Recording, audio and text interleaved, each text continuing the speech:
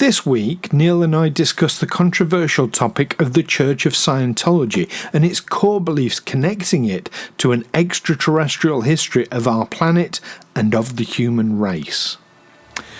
Join myself and Neil as we ask if these are just the imaginings of science fiction writer L. Ron Hubbard, or is there a truth to the claims made by the Church?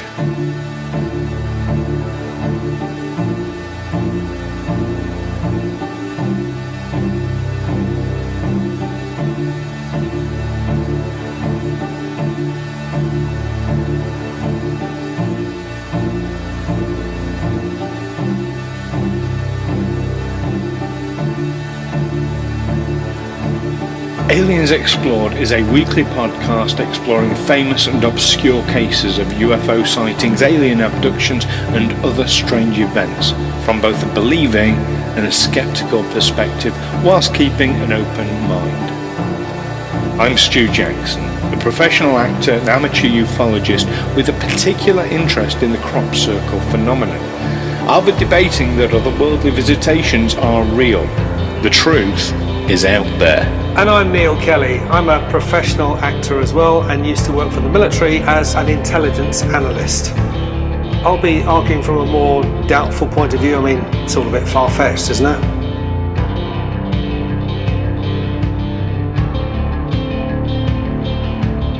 Welcome back, listeners, to Aliens Explored. This week, Stu and I are going off on a slight tangent, but bear with us. We're going to be looking at the Church of Scientology and the alien and UFO connections associated with it. I'm one of your hosts, Neil Kelly. And I'm Stu Jackson, and I'm sensing a degree of trepidation on your part, Neil. Well, I do have a personal history with the Church of Scientology. So, would you like me to expand on that? Oh, absolutely. But before we do, and just to make this clear to the listeners, our job is not to censor or decry people, whatever they choose to believe in. That's entirely up to them. We are looking at this specifically from the view of the alien connection, the otherworldly connection with the teachings of the Church of Scientology. So whatever our personal feelings may be, we're not here to insult or decry or anything like that. So just to put minds at ease. Yes, and also bearing in mind that the Church of Scientology does have something of a reputation for litigiousness if they feel they've been slandered in any way. So which we're just not going to do. So we don't want to bring the weight of the Church of Scientology down upon us. I'm sure they're lovely people, and and if there are any Scientologists listening, tweet us. Let us know. Let us know what you think. Now, the Church of Scientology, for those not aware, it was founded back in the early 1950s by L. Ron Hubbard, who was a fairly unsuccessful writer of science fiction novels. And we're talking... I've got to stop you there. He was quite successful. Was he? He was up there with Roddenberry. Was he really? Yeah. No. He did quite well. Right, I didn't realise that. Okay, so we're talking Roddenberry, and he's not in the... I mean, the kind of stuff he was writing, it's not in the sort of Arthur C. Clarke, Robert Heinlein kind of league. We're talking... He described it himself as space operas. Yes, kind of like Star Wars is space opera. Star Wars, that kind of Star Wars. Yeah. Flash Gordon, Buck Rogers, that kind of thing. Yeah. But L. Ron Hubbard is also famous for saying there's not much money in writing science fiction. The real money is in forming your own religion, and shortly did that and made a lot of money. A few short years after Scientology was born. Quite possibly a complete coincidence, we have to say. quite possibly a coincidence. Possibly. We aren't going to decry. Let's be clear. That quote has been attributed to him, but he may not have actually have made it. It could have been someone who has a grudge against L. Ron Hubbard or the Scientology organisation. And there's a lot of people like that out there. Now, you say you've got a personal story. I do, yeah. It was when I was at a dark time in my life, when I was about 16, 17, having a bad time at home. My dad had died, wasn't getting on with my mum, wasn't getting on at school, shitty school, so I dropped out and I joined the army. Now, because I was only 17, I just turned 17 when I signed up, my mum had to sign consent papers. Now, I'm sure she thought she was doing me a favour, that she was helping me do what I really wanted to do, but can I just say, I really wish she hadn't have done that. Britain is the only country in the developed world that still recruits child soldiers. The army likes them young because the mind of a 16 or 17 year old straight out of school is more malleable, more easy to mould into a military mindset than that of, say, a 24, 25 year old who's maybe seen a bit of the world. That's why we have so many cadet forces in our schools. But we also have thousands of veterans living homeless on our streets, many of them physically maimed, many of them battling with PTSD, hundreds of them commit suicide every year. I mean, JFK famously said, "Ask not what your country can do for you." Bill Clinton, I think, repeated that. Because that's not the question. Ask what your country will do for you, given that you're going to give up the best years of your youth and put your life and limb on the line for some short-term foreign policy objective, because the answer is pretty much bugger all. So if you take away nothing else from this show today, this is a personal appeal from me. If you remember nothing else, please do not help enlist a child into military service. Tell them to wait till they're 18. They can do what they like then, So anyway, so I joined the army at 17, and there's a cooling off period when you join up. You have, after you've enlisted, you have either 3 months or until your 18th birthday, whichever is the longest. I was only just 17, so I had the best part of 10 months or something until my birthday.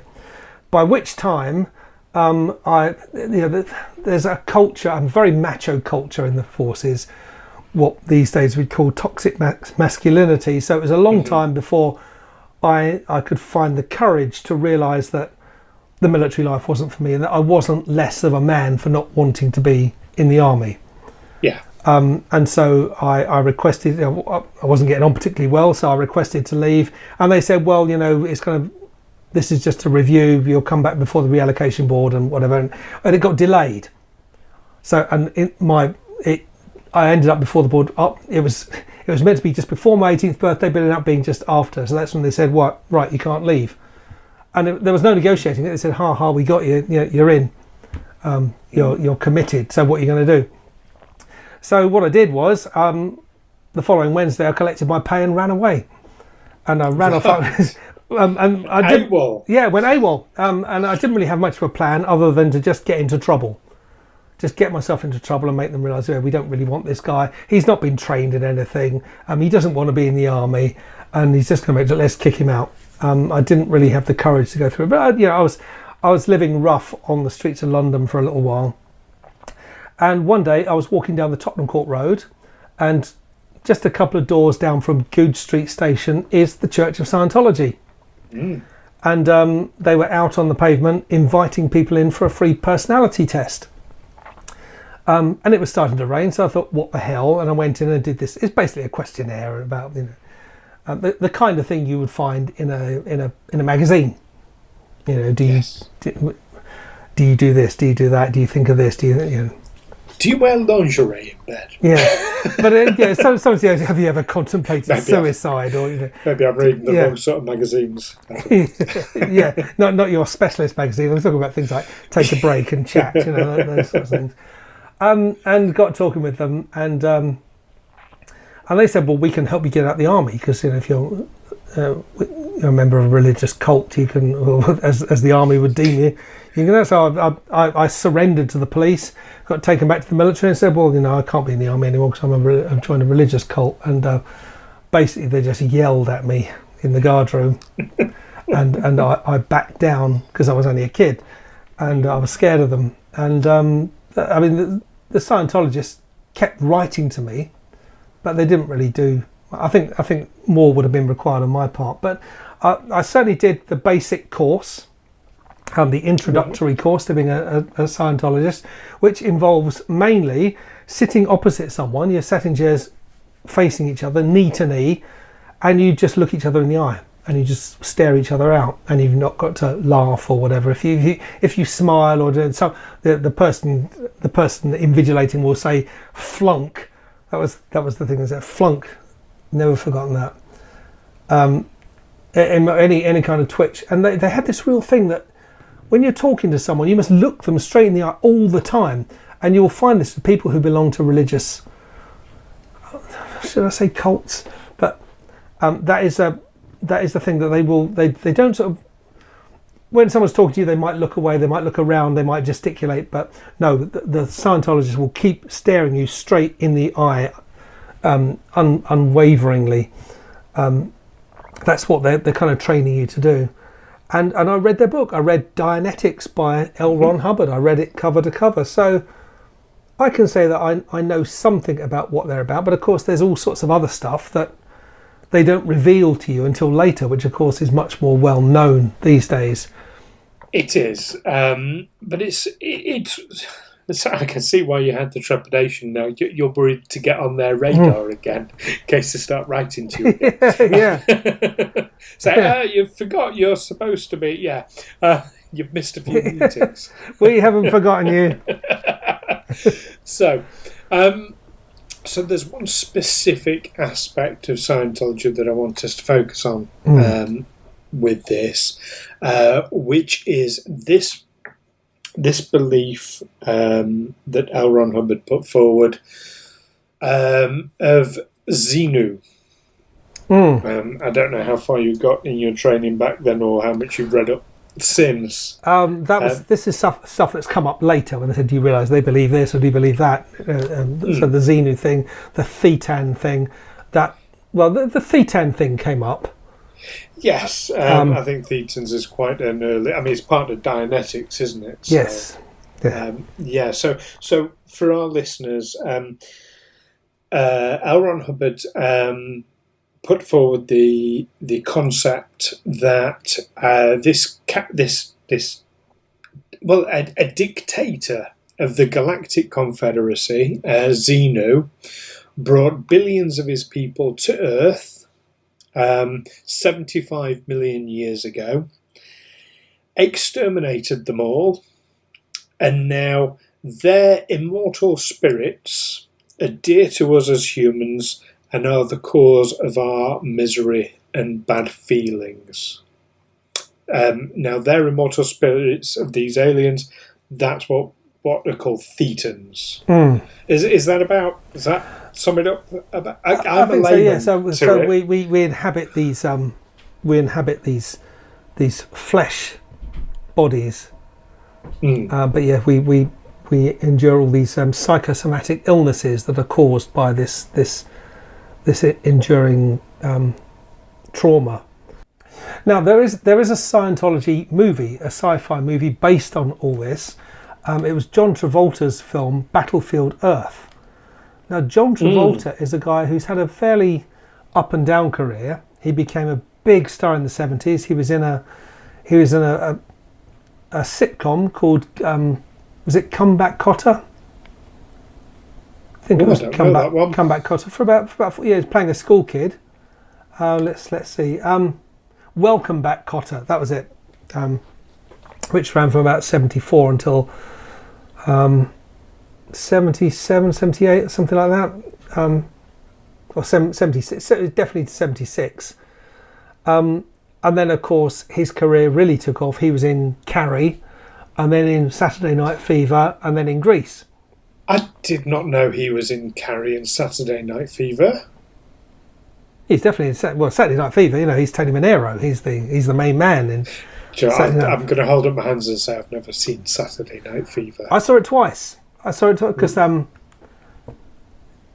that age when they're dating girls and what do you want to do? Oh, let's go and see Saturday Night Fever. And there were two girls that you were dating. The kind of girls I was dating, yeah, or whatever I could get, basically. There was an 18 certificate version, X-rated version that came out first, but it was so popular and there was so much demand for it amongst younger people that they cut a few scenes and made I think it was a what would now be a PG version of it. So I ended up for our American friends. R-rated. I think it's about our 15 certificate, isn't it? Or is it? Yeah, I think it's about 15 certificate. PG means you can see it's at any age as long as your parents approve. Yeah. If you're under the age of 15, is that right? Under the age of 12. It might be under the age of 12, which is the age of 12. There's so much overlap between the certification there. But in those days, but basically they made a child-friendly version of it by I think it was mainly the rape scene they cut, but and possibly the suicide, but anyway, they didn't have to cut much. So yeah, but then he made a few very bad decisions. He turned down some roles, including An Officer and a Gentleman, which was a very big hit, and he went for other films that really didn't do, including Staying Alive, the sequel to Saturday Night Fever. Do you know what? I can see us going down the route that we went down in the last episode, where we just end up talking about movies. So yeah. Well, anyway, but he made a comeback with Quentin Tarantino's Pulp Fiction, and he decided to use this to use his influence, the influence he now had in Hollywood, which he hadn't had before, and the money to make a film of L. Ron Hubbard's book Battlefield Earth, which L. Ron Hubbard had written in 1982, and John Travolta was going to make it as a two-parter. But he only got to make one, and it was. It says here, yes, Battlefield Earth was a critical and commercial failure, frequently described as one of the worst films of all time. Reviewers criticised virtually every aspect of the film, including the acting, cinematography, script, special effects, and art direction. Audiences were reported to have ridiculed early screenings and stayed away from the film after its opening weekend. It received 7 Golden Raspberry Awards, which until 2012 was the most Razzie Awards given to a single film, and won the worst picture of the decade in 2010. The company that made it went bankrupt. They were sued by their investors and went bankrupt. So that was, I mean, you compared L. Ron Hubbard to Gene Roddenberry, but I think that's the only time that a movie has been made of one of L. Ron Hubbard's novels. Okay. Now, Scientology, they won't deny this. They have a very special affiliation for celebrities. They like movie stars, and they do a lot to recruit them, and they operate special celebrity centres. And it says one of the main purposes is to expand the number of celebrities in Scientology. So, because people like to identify with celebrities, they have communication lines others don't have, and they will get Scientologists to kind of emulate their favourite Hollywood star, to draw other people in and get them to kind of emulate. They would choose to they would choose a life that resembles the life of the celebrity that he or she most admired. But also, Scientology is a creed that appeals to the celebrity, because celebrities like Tom Cruise, John Travolta, they're not short of money, but what they do need is validation. And Scientology is a religion that tells you it's okay to be rich. And it's okay to it's a very individualistic kind of belief system. It celebrates your individual identity as ultimately divine. It claims to give you ultimate power over your own mind, self-destiny, which fits very well with the actor personality. Indeed, it does. I mean, well, I know Scientologists through acting. I would imagine you do as well, do you? I don't know. I've never met one. Really? I had my Okay. own experience as a youngster, which taught me a lot. Going through that and coming out the other side of it. But I've never really, and I've always thought, when I saw very, very rich, very famous celebrities getting involved with Scientology, I thought, well, yeah, because there's no break on them, there's no limit to their money. If the church asks them for a few $1 million, they won't miss it.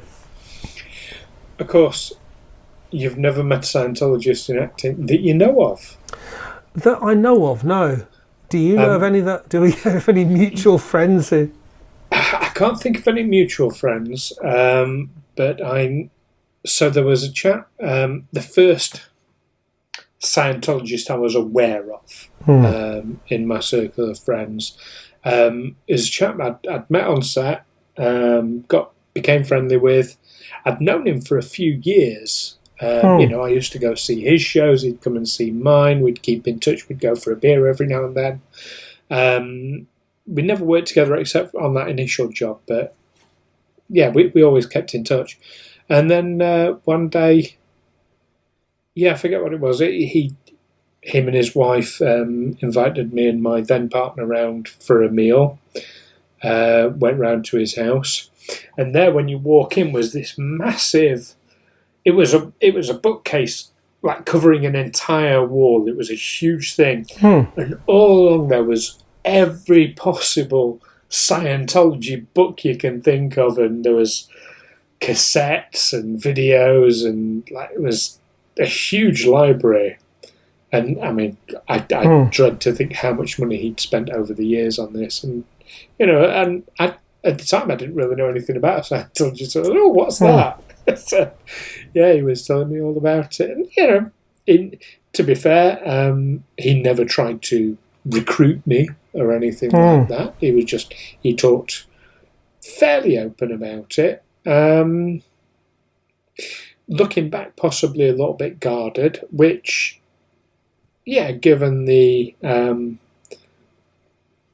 reputation that Scientologists can have in the media, I can see why he would be guarded. But no, just, that was his thing, and that's fair enough. Well, I've come across adherents of all religions who have been guarded about it. I've come across people who have been guarded about their Catholicism.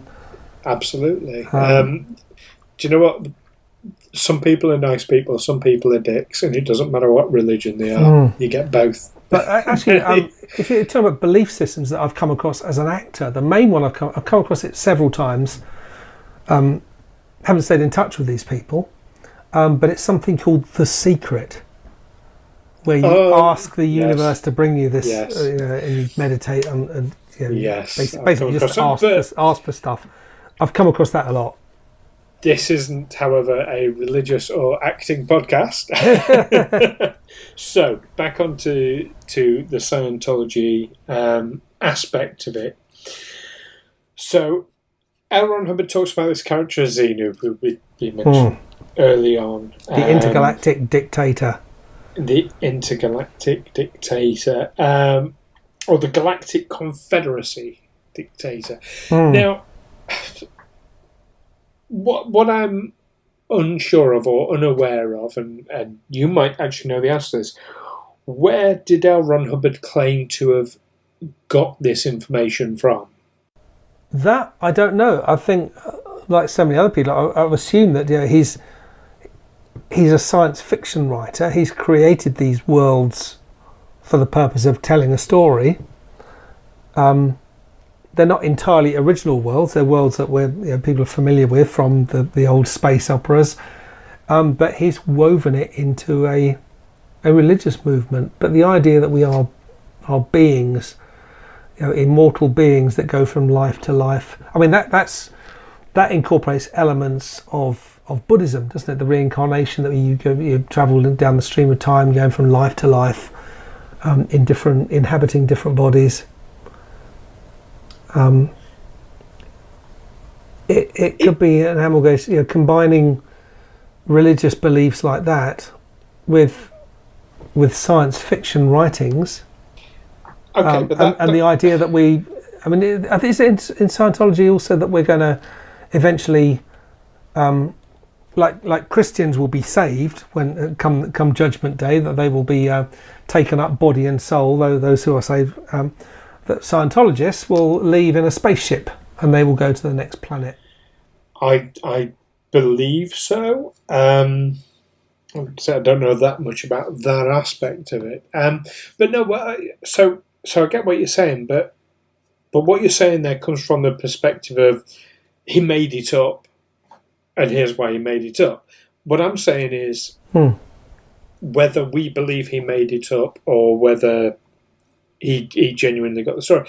When he's telling this to other Scientologists, to other members of his faith, he's got to have given some source. He's not going to say, "Oh yeah, and I made up this thing about," So even if that were the case, and I'm not suggesting it is, but if that were the case, he's not going to say that was the case. No, he would have said it came, might have been transmitted to him psychically, or he might have read it on some ancient tablets that only he could read, or. So where does he claim it comes from? Yeah, exactly. Exactly. So with Christianity, if you study older religions, older civilizations, you can see that Christianity has borrowed an awful lot from them. Christianity totally assimilated many other religions. Where did Christmas is pagan? We call So's Easter. We call it Yule. Yeah. Where does he claim this information came from? Hubbard stated a civilization without insanity, without criminals, and without war, where the able can prosper and honest beings can have rights, where man is free to rise to greater heights, are the aims of Scientology, which is all very laudable. But as I say, he doesn't say where he claims to have. Because for me, if I'm going to give any credence to this story, as an outsider, as a person who, I personally, yes, I do believe in. But as I was about to say extraterrestrial. I believe in otherworldly beings. I believe we are being visited. I can accept they might be extraterrestrial. So, yeah, I can accept all of that.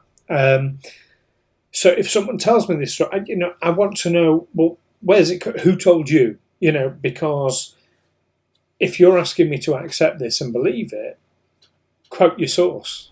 Well, no, I think actually I've remembered from Dianetics, because basically Scientology is it's many things. I don't think they themselves call it I think they call it a religion, but it's also a kind of therapy. Mm-hmm. And we're going to fix you. We're going to take you from this pre-clear state where you're traumatized by this original horror of being murdered by Xenu, and all the other traumas along the way. We can, and with this process they call auditing, where they basically use you hold these cans. It's basically a lie detector, but you go through this long auditing process, and until eventually you are free of all these traumas that are acting upon you, or you identify them, so you're not getting these pains that you don't know where they come from. It's or these traumas or these phobias or whatever. You're clear of them all because you've seen where they all come from, and you've kind of wiped them out like knotted muscle. You kind of probed them out through this process, and I think that's where, because he claims to have cured himself, that he has gone to a clear state. He's actually become a superior. That of course he realizes all this stuff because he'd been through it.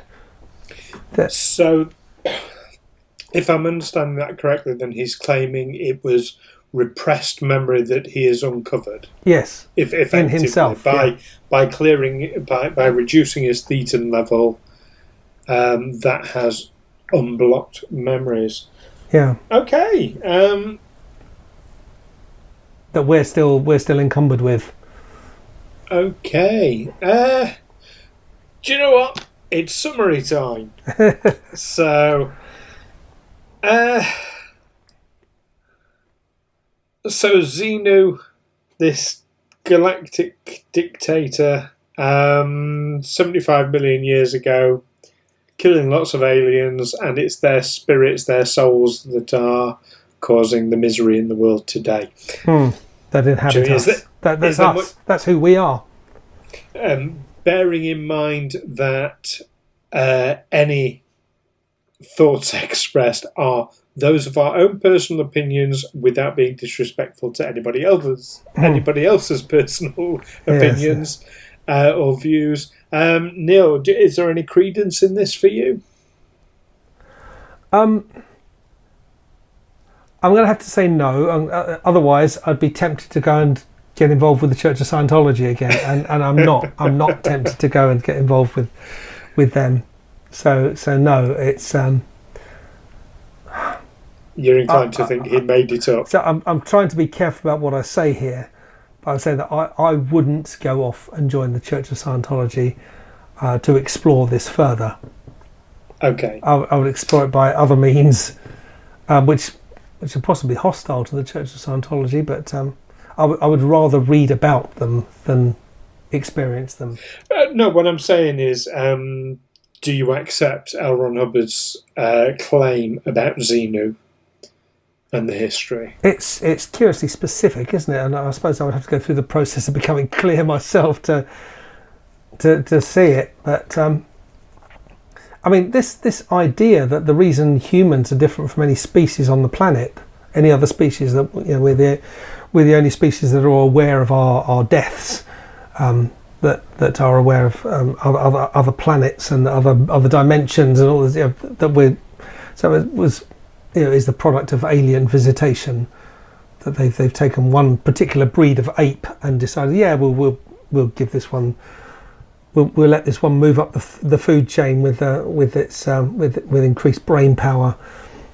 Do you know what? That's an entire other episode right there. Absolutely, yeah. So yeah. Do we have alien DNA?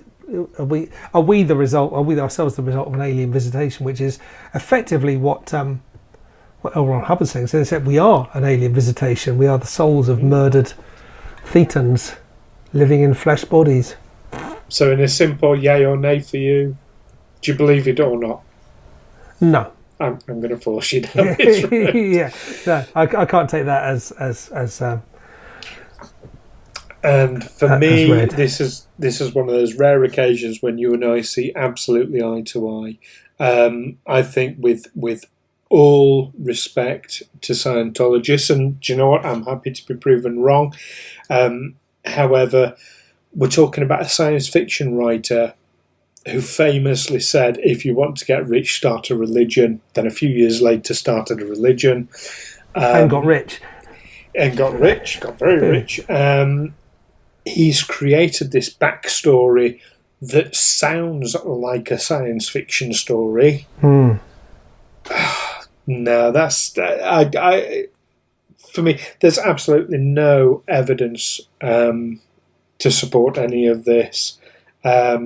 It's all too convenient for me, and I'm afraid, sorry Scientologists, but I just don't. Like I said, happy to be proven wrong, but where I am at the moment, I don't accept it. It's classed as a religion, so it requires a certain amount of belief, and belief implies a lack of evidence. You just have to take it on faith. That's what Christians do. That's what Muslims and Jews do. They take it on faith. What about Buddhists? Don't they rely on faith? Or do they see the evidence? No creator gods. No creator gods, but there's reincarnation. Which is that Buddhism? But okay. I don't think it requires a belief system or an adherence to a certain behaviour to be rewarded with it. think it just happens, Anyway, isn't it's not a religious podcast, so let's not go down that route. But there we are. So, as I said early on, if we have any Scientologists who listen to this show, brilliant, do message us. Let us know, have we missed something? Is there some part of Scientology that we're just not seeing? Do please tell us all about it. Our minds are wide open. We're happy to hear. Or are we bang on the money? Do you think we're absolutely right to be dismissive of it? Do let us know. You can tweet us or find us on Facebook by searching Aliens Explored, or you can visit us at aliensexplored.com, where you can also let us know if there are any other subjects that you would like us to discuss in particular. Join us next time when we have a very, very special episode, because we will be discussing the actual experiences of the grandparents of one of our very own listeners, Rudy Payan. So, until then, keep watching those theta levels. Yes. It's goodbye from me. And it's goodbye from me. Take care. Bye-bye. Bye. Aliens Explored is a Fecal Films production in association with Juicy Falls. Music by Darren Mafucci and editing by Stu Jackson.